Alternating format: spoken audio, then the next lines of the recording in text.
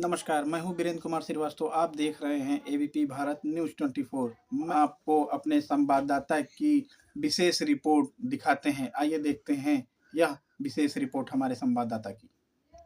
से पश्चिमी उत्तर प्रदेश में प्रारंभ किया। 1 नवंबर से शेष प्रदेश के हिस्सों में प्रारंभ की गई है। अभी 40% धान खेतों में खड़े हैं।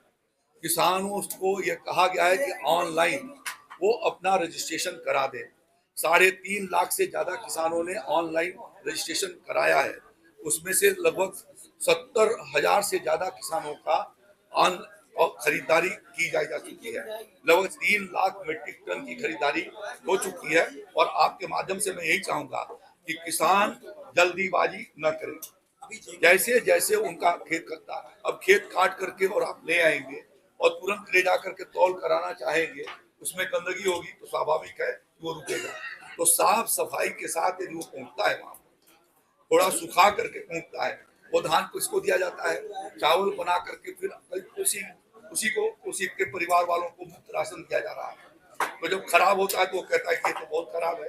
तो मैं चाहूंगा आप कहेंगे कि सड़ा हुआ चावल, तो यह न सड़ा हुआ चावल हो सके, इसमें किसान भी सहयोग करें और सबका धान खरीदा जाएगा।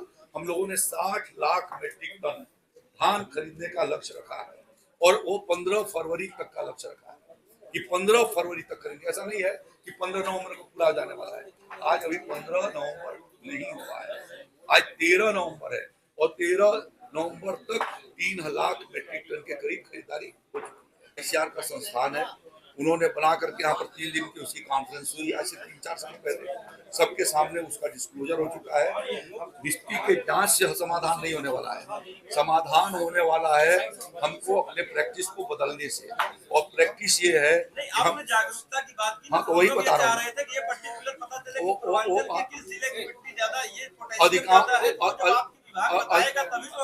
अधिकांश जिलों की 0.5 से कम है, अधिकांश और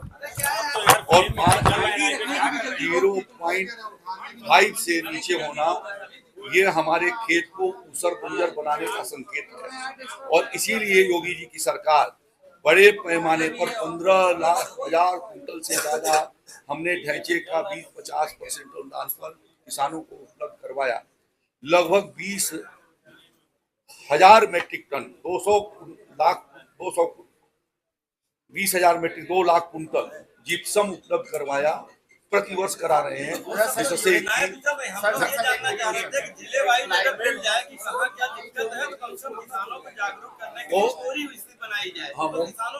वो मिल जाएगा। मेरा मकसद ये था। दूसरा ये है, कृषि बीमा योजना में कई जगह से शिकायतें आई हैं।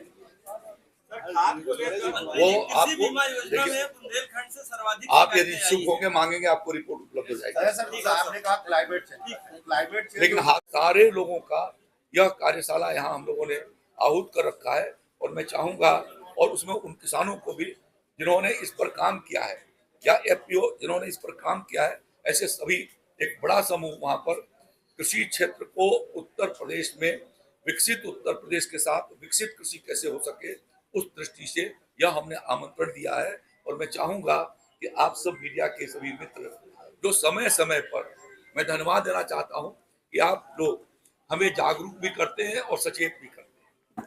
आपके सचेत किए जाने की वजह से हमें बहुत सारी सुविधाएं मिल जाती हैं, जिससे हम अपनी व्यवस्था का सुधार कर लेते हैं। और कई बार आप लोगों के द्वारा कुछ ऐसे जो सफलतम किसान हैं उनकी स्टोरी जब छापी जाती है तो अन्य किसानों को भी उससे प्रेरणा मिलती है।